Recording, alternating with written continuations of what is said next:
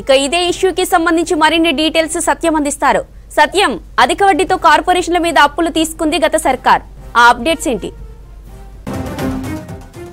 అసెంబ్లీలో రాష్ట్ర ఆర్థిక పరిస్థితిపై శ్వేతపత్రం రిలీజ్ చేసింది కాంగ్రెస్ సర్కార్. తెలంగాణ బడ్జెట్ కు వాస్తవ వ్యయానికి 20% తేడా ఉందని తెలిపింది. ఎస్సీ, ఎస్టీ, బీసీ, మైనారిటీల సంక్షేమ బడ్జెట్ అంచనాలకు వాస్తవ వ్యయాల మధ్య భారీ తేడా ఉందంది. 2014-15లో అప్పు 72,658 కోట్లుండగా ప్రస్తుతం 6,71,757 కోట్లకు అప్పు చేరింది. 10 ఏళ్లలో ఖర్చు చేసిన నిధులకు అనుగుణంగా ఆస్తులు సృష్టించబడలేదు. రుణాలకు వడ్డీ చెల్లింపుల భారం రెవెన్యూ రాబడిలో 34% పెరిగింది. రెవెన్యూ రాబడిలో మరో 35% ఉద్యోగుల జీతాలు, పెన్షన్లకు వెళ్లినట్లు తెలిపింది. ఇదే ఇష్యూకి సంబంధించి మరిన్ని డీటెయిల్స్ సత్యం అందిస్తారు. సత్యం, అధిక వడ్డీతో కార్పొరేషన్ల మీద అప్పులు తీసుకుంది గత సర్కార్. అప్డేట్స్ ఏంటి? వచ్చే వరకు రాష్ట్రంలో ఆర్థిక పరిస్థితి ఏ విధంగా ఉంది? ఇప్పుడు కొత్త ప్రభుత్వం ఏర్పాటైంది కాబట్టి ఈ ప్రభుత్వం ఏం చేయబోతుంది? ఒకవేళ చేసే కార్యక్రమాల కోసం గత ప్రభుత్వం ఏం చేసింది, గత ప్రభుత్వంలో ఆర్థిక పరిస్థితి ఏ విధంగా ఉందనే అంశాన్ని శ్వేతపత్రాలు విడుదల చేయడానికి కాంగ్రెస్ ప్రభుత్వం ఈరోజు రేపు 2 రోజులు అసెంబ్లీ సెషన్ని ఏర్పాటు చేసింది. దీని ద్వారా ఇప్పటివరకు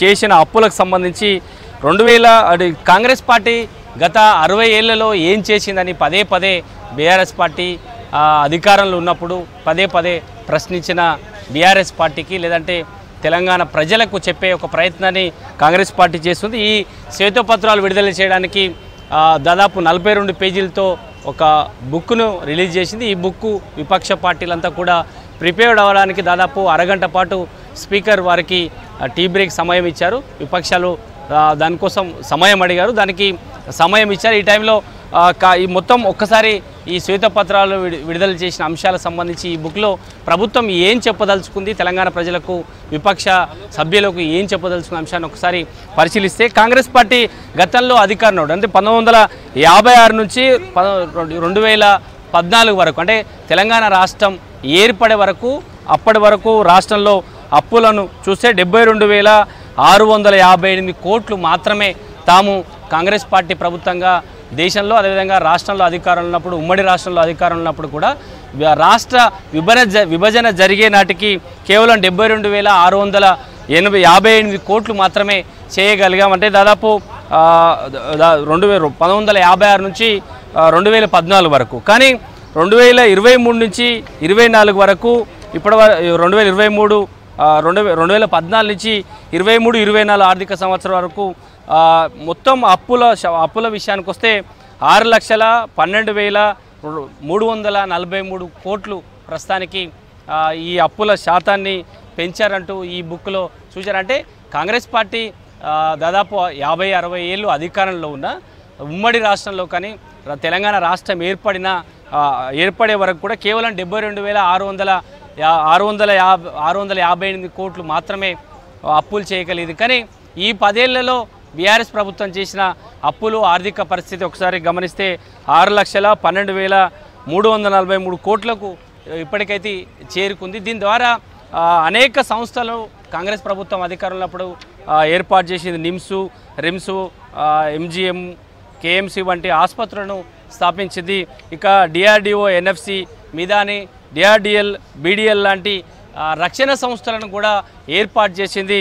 ఇక బిహెచ్ఈఎల్, ఈసీఐలు ఇలాంటి ప్రధాన సంస్థలు, అంటే ఎందుకంటే ఇటు రాష్ట్రానికి, కేంద్ర ప్రభుత్వానికి సంబంధించి ఎక్కువ ఆదాయ వనరులు, లేదంటే రక్షణ శాఖకు సంబంధించిన సంస్థలను, పరిశ్రమలను కాంగ్రెస్ ప్రభుత్వం ఉన్నప్పుడు ఏర్పాటు చేసింది. అలాంటి పెద్ద సంస్థలు ఏర్పాటు చేసినప్పుడే కేవలం అప్పటి వరకు 72,658 కోట్లు అప్పు చేస్తే, ఇప్పుడు 10 ఏళ్ళు అధికారంలో ఉన్న బీఆర్ఎస్ పార్టీ దాదాపు 6,12,000 కోట్లకు అప్పులకు చేరుకునేలాగా అప్పులు చేసినట్టే. ఆర్థిక పరిస్థితి ఏ విధంగా బీఆర్ఎస్ పార్టీ ఎలాంటి పరిస్థితిని తీసుకురాగలిగిందనే అంశాన్ని ఈ శ్వేతపత్రాల ద్వారా అసెంబ్లీ వేదిక నుంచి రాష్ట్ర ప్రభుత్వం తెలంగాణ ప్రజలకు చెప్పే ప్రయత్నం చేస్తుంది. ఇక దేశంలో అన్ని రాష్ట్రాలకు సంబంధించి బడ్జెట్ ఎస్టిమేషన్ ఏ విధంగా వేసుకోగలిగింది, కానీ తెలంగాణ రాష్ట్రం ఎంతవరకు ఎస్టిమేషన్ వేసుకుంది, ఇప్పుడున్న మొత్తం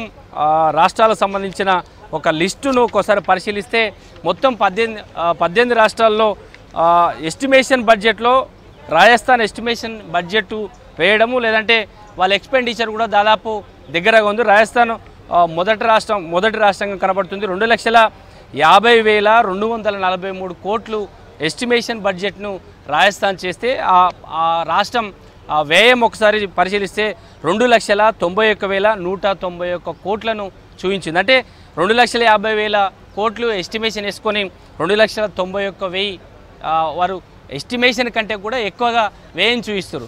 అట్లా కర్ణాటక పక్కనే, తెలంగాణ పక్కనే ఉన్న కర్ణాటక రాష్ట్రాన్ని పరిశీలిస్తే 2,30,662 కోట్లు ఎస్టిమేషన్ బడ్జెట్ చూస్తే ఇక ఎక్స్పెండిచర్ బడ్జెట్ 2,61,932 కోట్లు ఆ రాష్ట్రం వ్యయం చూపించింది. ఇక తెలంగాణ విషయానికి వస్తే తెలంగాణ 17వ స్థానంలో ఉంది. తెలంగాణలో ఎస్టిమేషన్ బడ్జెట్ 2,30,776 కోట్లు ఎస్టిమేషన్ బడ్జెట్ చూస్తే ఇక ఎక్స్పెండిచర్ మాత్రం 1,82,998 కోట్లు మాత్రమే చూపించింది. అంటే ఇటు కర్ణాటక కానీ ఇక రాజస్థాన్ కానీ వాళ్ళ ఎస్టిమేషన్ బడ్జెట్కు వ్యయానికి తేడా లేదు, అంటే ఎస్టిమేషన్ బడ్జెట్ కంటే కూడా వ్యయం ఎక్కువగా చూపించారు. కానీ తెలంగాణ విషయానికి వస్తే దాదాపు 50 లక్షల కోట్లు తక్కువ చూపించింది. అంటే వారి అంచనా సరిగా లేదు.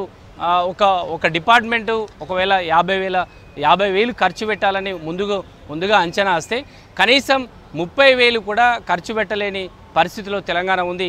కానీ లక్షల కోట్లలో అప్పులు చేయగలిగారు. దీని ద్వారా రాష్ట్రం పూర్తిగా అప్పుల పాలైంది. ఇలా చేయడం వల్ల రాష్ట్రంలో ఉన్న ఆర్థిక పరిస్థితి గణనీయంగా రాష్ట్ర ఆర్థిక పరిస్థితి తగ్గిపోతుంది. ఇక కార్పొరేషన్ల విషయానికి వస్తే దాదాపు 6 నుంచి 7 కార్పొరేషన్ల ద్వారా కూడా ఈ రాష్ట్ర ప్రభుత్వం నిధులను సమీకరించే ప్రయత్నం చేసింది. ప్రత్యేకంగా అంటే ఈ బీఆర్ఎస్ ప్రభుత్వం ఉన్న సమయంలో గతంలో ఎప్పుడూ లేని కార్పొరేషన్లను కూడా క్రియేట్ చేసి ఆ కార్పొరేషన్ల ద్వారా ఆ కార్పొరేషన్లో ఉన్న అసెట్స్ని చూయించి అసెట్స్ చూయించి వాటి ద్వారా నిధులు సమీకరించింది. కానీ నిధులు సమీకరించడం కంటే కూడా అప్పులు చేసింది. వాటిని కార్పొరేషన్లకు భారంగా మారడం, ఆర్థిక పరిస్థితి మొత్తం పూర్తిగా చిన్నాభిన్నంగా చేయడంలో ఈ గత ప్రభుత్వం పూర్తిగా సహకరించింది. దానికి అధికారులంతా కూడా పూర్తిగా కోఆపరేట్ చేశారు. ఇతర రాష్ట్రాలతో పోల్చినప్పుడు పక్క రాష్ట్రమైన కర్ణాటకలో కూడా బడ్జెట్ అంచనా ఎప్పుడైతే ఎస్టిమేషన్ బడ్జెట్కి వారు వ్యయానికి తేడా ఎక్కడ ఎక్కువగా పెద్దగా లేదు. 2,50,000 కోట్లు ఎస్టిమేషన్ బడ్జెట్ చూపిస్తే 2,50,000 కోట్లు అదే సేమ్ దాదాపు వ్యయం చూపించింది. కానీ తెలంగాణ విషయానికి వస్తే తెలంగాణ 2,50,000 కోట్లు బడ్జెట్ చూపించి కానీ 1,80,000 మాత్రమే తెలంగాణ బడ్జెట్ ఎస్టిమేషన్ వ్యయాన్ని చూపిస్తుంది.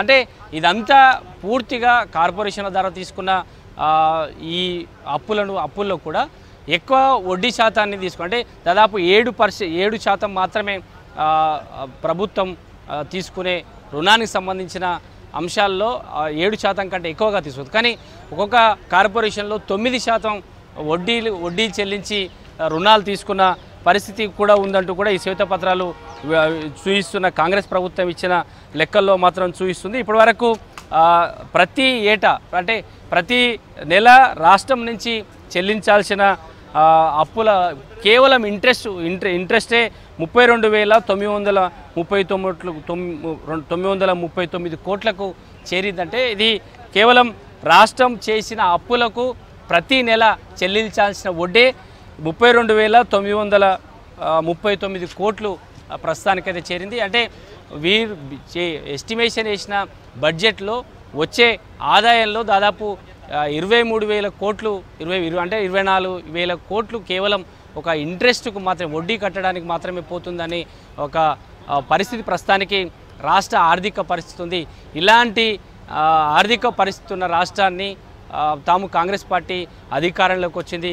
ఇక పూర్తిగా అప్పుల పాలైన దాదాపు 6 లక్షల కోట్లకు పైగా అప్పుల రుణభారంతో తెలంగాణ రాష్ట్రం ఉంది. కాబట్టి ఇక తాము రాష్ట్రాన్ని చక్కదిద్దే ప్రయత్నాన్ని కాంగ్రెస్ ప్రభుత్వం చేస్తుంది.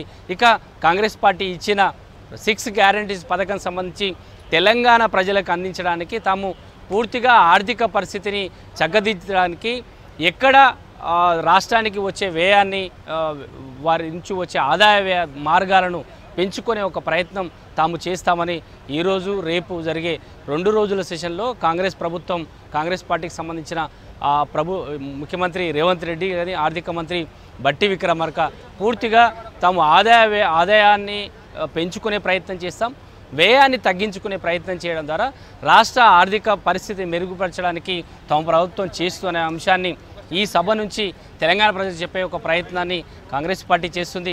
కానీ ఇప్పటివరకు 10 ఏళ్లలో రాష్ట్రం గతం అంటే 2014 ఉమ్మడి రాష్ట్రంలో ఉన్నప్పుడు రాష్ట్ర ఆర్థిక పరిస్థితి ఏ విధంగా ఉంది, ఇప్పుడు 10 ఏళ్ల తర్వాత తెలంగాణ రాష్ట్రం పరిస్థితి ఏ విధంగా ఉంది, గత 9.5 ఏళ్లుగా అధికారంలో ఉన్న బీఆర్ఎస్ ప్రభుత్వం ఎక్కడెక్కడ అనవసర ఖర్చులు పెట్టింది, ఎందుకు అత్యధికంగా అప్పులు చేసిన అంశాన్ని ఈ సభలో ప్రభుత్వము అదేవిధంగా ఆర్థిక మంత్రి డిప్యూటీ సీఎం బట్టి విక్రమార్క లేదంటే ముఖ్యమంత్రి రేవంత్ రెడ్డి ఇద్దరుతో పాటు ఇతర మంత్రులంతా కూడా అన్ని శాఖలకు సంబంధించిన ఒక శ్వేతపత్రాలను విడుదల చేస్తున్నారు. ఇప్పటికే ఆ శ్వేతపత్రాలకు సంబంధించి 42 పేజీల బుక్కును కూడా ఇప్పటికే విపక్షాలకు ఇచ్చారు. దాంట్లో అన్ని శాఖలకు సంబంధించిన డీటెయిల్స్, ఎక్కడ అదనంగా అప్పులు చేశారు, అనవసరమైన చోట ఎందుకు అప్పులు తీసుకొచ్చారు, అది కేవలం ఎక్కడ దుబారాగా ఖర్చు పెట్టారు అంశాలను కూడా పూర్తిగా తెలంగాణ ప్రజలకు చెప్పే ఒక ప్రయత్నం ఈ అసెంబ్లీ వేదిక నుంచి చేస్తున్నారని చెప్పొచ్చు.